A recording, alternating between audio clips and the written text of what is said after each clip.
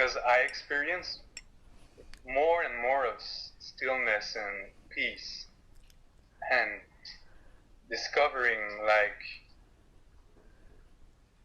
that I don't have that much to do meditation and things like that. It's more about, I don't know, the more I discover it and the more I see that it's a process that it's doing, that goes by itself.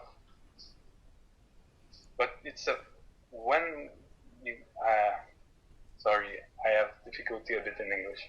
Yeah.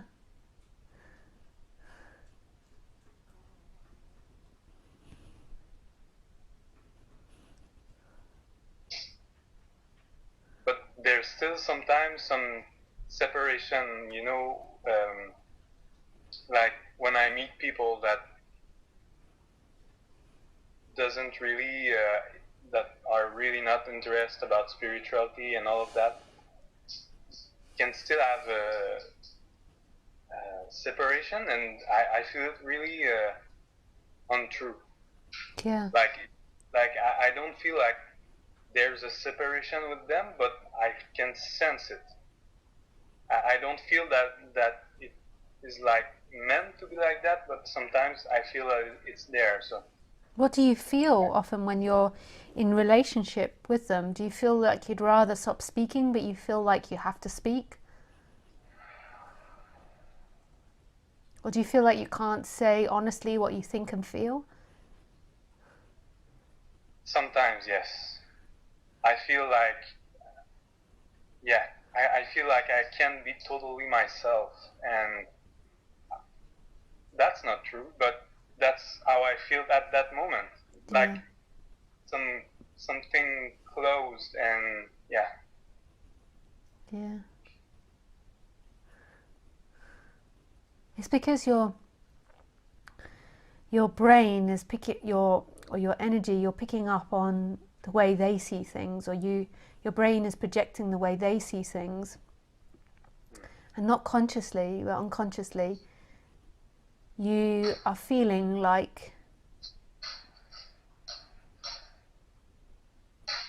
being yourself with them, being true to yourself isn't what they want, and so you feel like you have to hide, and that hiding makes you feel separate and uncomfortable. That's all it is, really. Is that your brain is projecting what it thinks they want.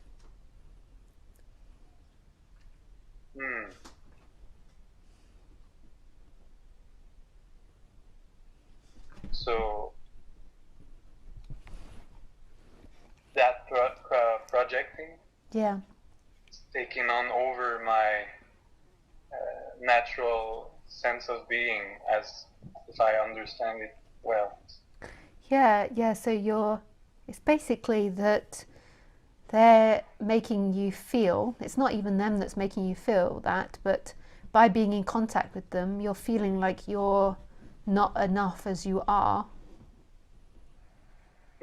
And you have to hide, because as soon as you hide yourself, you're kind of unconsciously saying who I am isn't enough for you.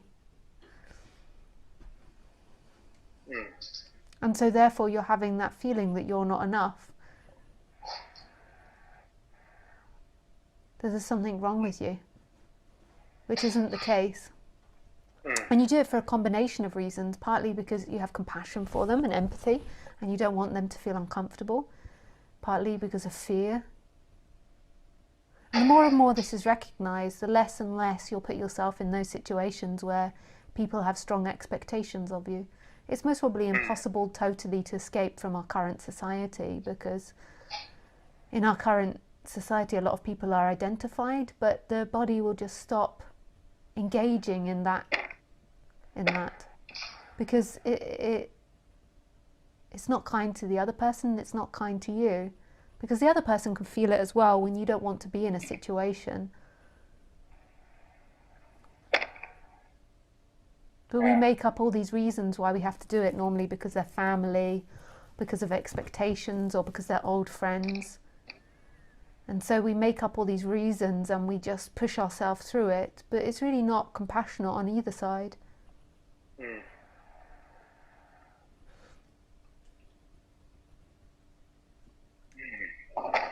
Yeah, I can sense it. Yeah. It's difficult though, because, you know, we have families and we have friends in which we grew up with, and we're taught all these ideas that we're responsible for them or that we have to be in relationship to them. And I'm not saying cut off all your family or friends at all, but just be aware of what you feel around them, and then your body will begin to align with that. You know, it's just like when you know you're putting a hand in the fire, you'll stop putting your hands in your fire, you'll change your behaviour. So when you're aware that that's happening, that in those situations you're not feeling good enough, even though it feels like you don't like them or you don't like the way they see the world, it's actually what it's saying to you is you don't feel good enough, you don't feel enough. There will be a change of behaviour around them, and there will be a change of the way that you interact with them. Because let's be clear, you're always allowed to be who you are in every moment, and that doesn't mean being abusive or being an asshole, because I believe that when you're who you are when you move back to presence, when you really are who you are, so you're just responding, you're just reacting in the moment, you're not going to be a horrible, mean person. You're actually going to be acting out of love. So you might have, you know, like spontaneous emotions of annoyance or anger, but they won't last and they won't be evil. They'll just be actions that come out. But when you act from that place, really your actions are coming from love. And you're always allowed to come from love. You don't have to fake it for anyone. Faking it for someone isn't compassion. Being yourself is compassion. Being yourself is love, because then that encourages others to be their self.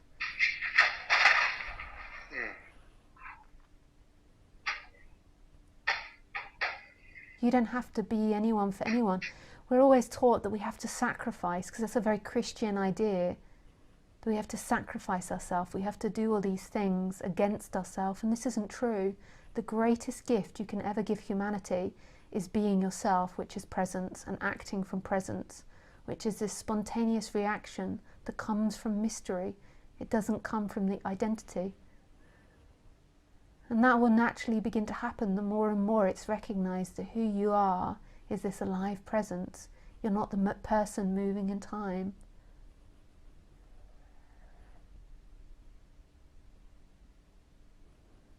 Often we put ourselves in these situations out of guilt or fear.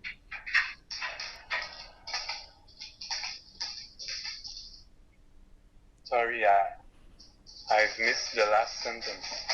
Yeah. Often we're putting ourselves in these situations out of guilt or fear.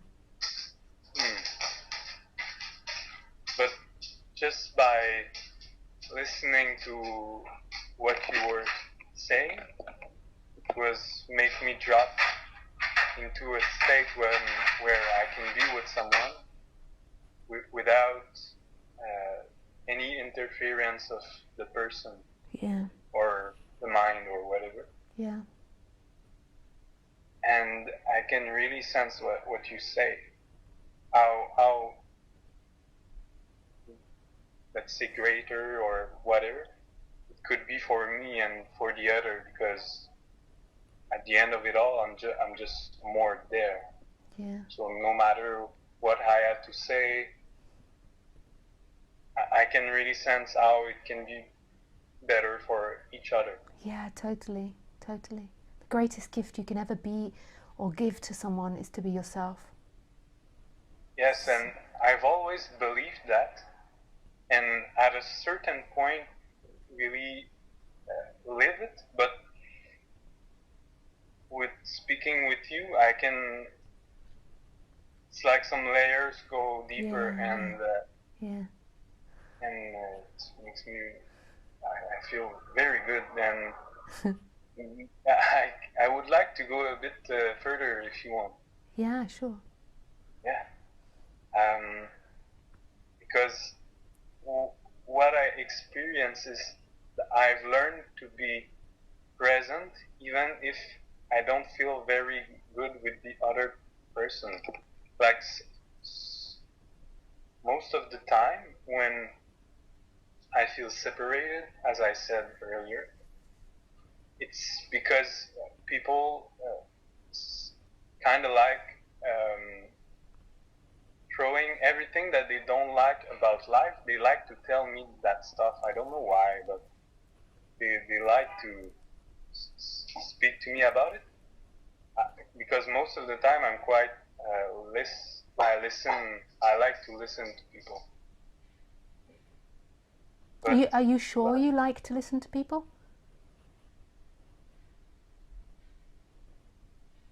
That's a great question. Because sometimes it's just a role that we've grown up with. Like, it was a role that I grew up with. I'm super chatty when I'm on a subject that I'm passionate about, but I can also be quite quiet, and if you can be quite quiet, then sometimes people can bombard you with their stuff. Yeah, that's right. It's not that I like to listen that much, it's just that I have nothing to say. Yeah. So therefore I don't really like to speak that much. Yeah. Like most of my time I'm sitting in silence, or like I'm a quiet guy. So yeah, it's true. It's not that I like to listen that much. So that's really beautiful. So just the acknowledgement and the recognition of that will more than likely change the next time that somebody's telling you about their problems or telling you all the stuff, because when they do that, they get endorphins, so they get positive feelings. When somebody's worrying about something and they get to share it with someone and they get to express it, it actually gives them endorphins.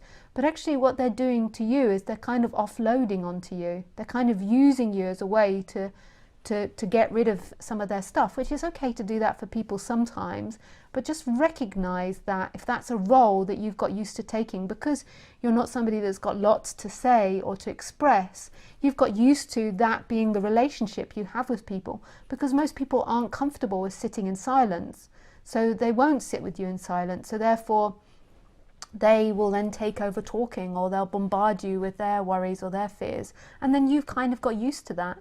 You've got used to that role, and it's not that you necessarily like it. If you go into the feeling when they're doing it, maybe you don't like it, and that's okay to not like it.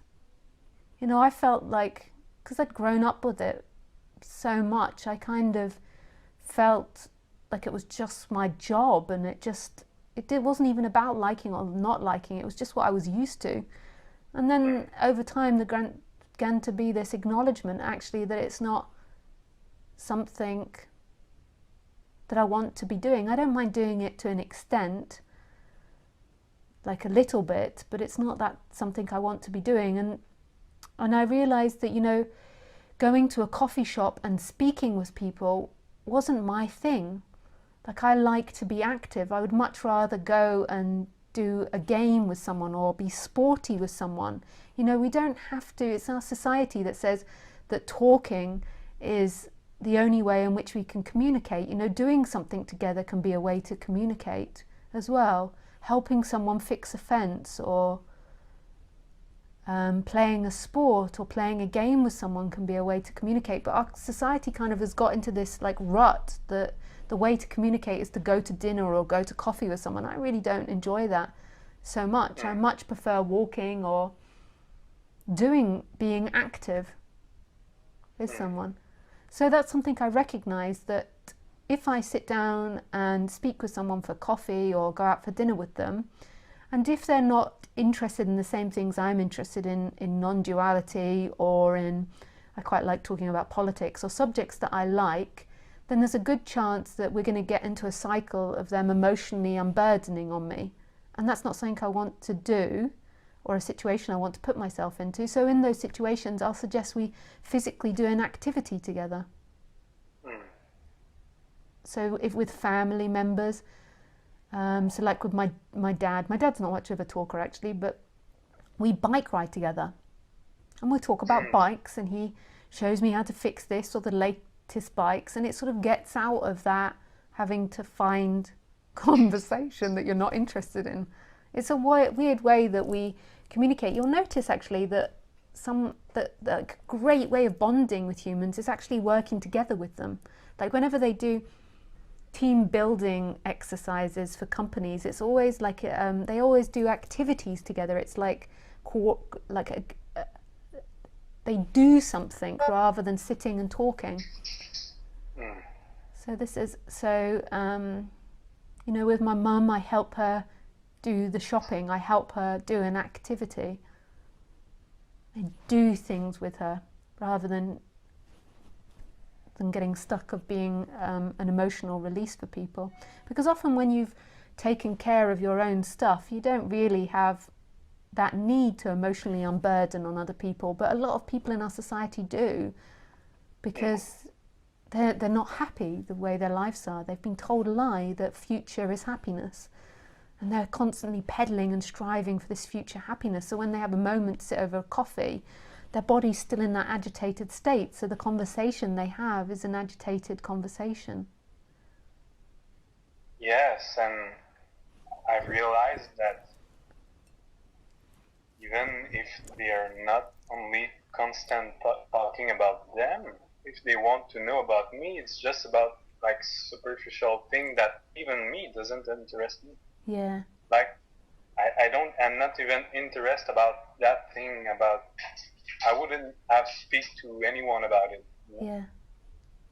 Yeah. So I like what you propose about doing activity, because I feel like stuck in a way, because I started to get distance with everyone except my girlfriend, which we can really connect in a deeper way. Yeah. And that's really okay to feel like it's shallow connections with people. It's almost like our society pushes it on us and makes us feel guilty for not being able to like talking about these superficial things. So I really recommend try using your imagination to think of different ways to connect with people, because talking isn't the only way to connect. Yeah. There's so many more ways to connect with people. It's just that our society has got so mental and made it that talking is the only way to connect, which is crazy. Me and my dad really connect when we're really in the flow of bike riding, and that's really not about talking. You know, like doing a really hard bike ride is so exciting and so much fun. But I really like bike riding. That's just a particular. I mean, my dad and I have done it since I was really young. So, but I do that with other friends as well. I quite like sports, so I'm quite lucky like that. But there's so many different ways in which you can be creative with people. And you don't have to be people's emotional release.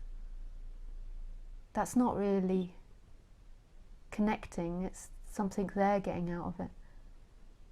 Yeah, that's the point. And I see that I started to respect myself at those moments and start to cut it short when they was speaking like this, because at the beginning I was like, okay, I'm just gonna read into it and let them speak. But the more I was releasing inside, and the more it was expanding, or I don't know, but I was thinking that it was make them quieter, but it was the opposite. So I start to cut it short. But it's like, okay, I cut everyone short this week. That's how I felt. So I was like, okay, is it just a sense of separation? And by speaking with you, I feel that no, that's not that. That makes me feel really great, because maybe that's somewhere I was asking me, am I doing it right? Or Ramesh used to say, so Ramesh Balsekar was a teacher I used to go and see often. He used to say, in every given moment, do exactly what you feel like doing. So, and what he was saying by that, I'm not sure if he would like my interpretation, but this was my interpretation. It's like, it's not about being selfish. It sounds like a really selfish thing, but it's trying to recognize like what you want, not from an attached place, or not from a needy place, not because you're afraid, but that natural flow. So in that moment, recognizing that your natural flow doesn't want to do that, and just acknowledging that, and just saying, no, I don't want to do this, and that there's nothing wrong with that. Like, I felt really grateful for Ramesh pointing that out, because I'd been into non-duality for so long. Sometimes I felt a bit confused about how action happened, and it's not like a selfish follow your flow. It's like it's this loving, gentle place. It's not coming from fear, it's not coming from neurosis, it's not coming from seeking. It's just a natural, my energy saying no now.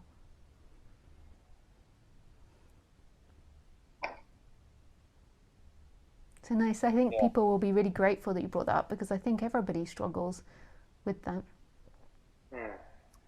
And I really appreciate the way you bring it to me, because as you said, in non-duality it's so direct that sometimes can be about more concrete thing or more mattering thing. I don't know how to say it, but it can be a bit, you know.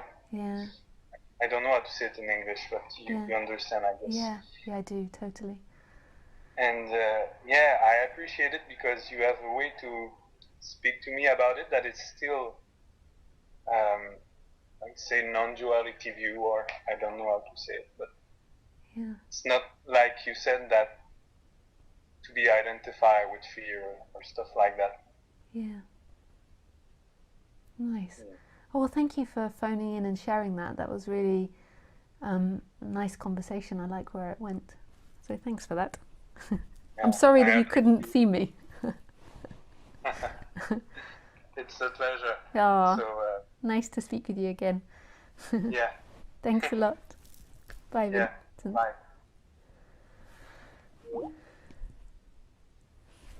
Nice, guys. Thank you. I just saw the time. I have to make a move, as I'm going to cinema tonight to see The Party. It's an English film. I don't know how good it will be. It's meant to be a comedy.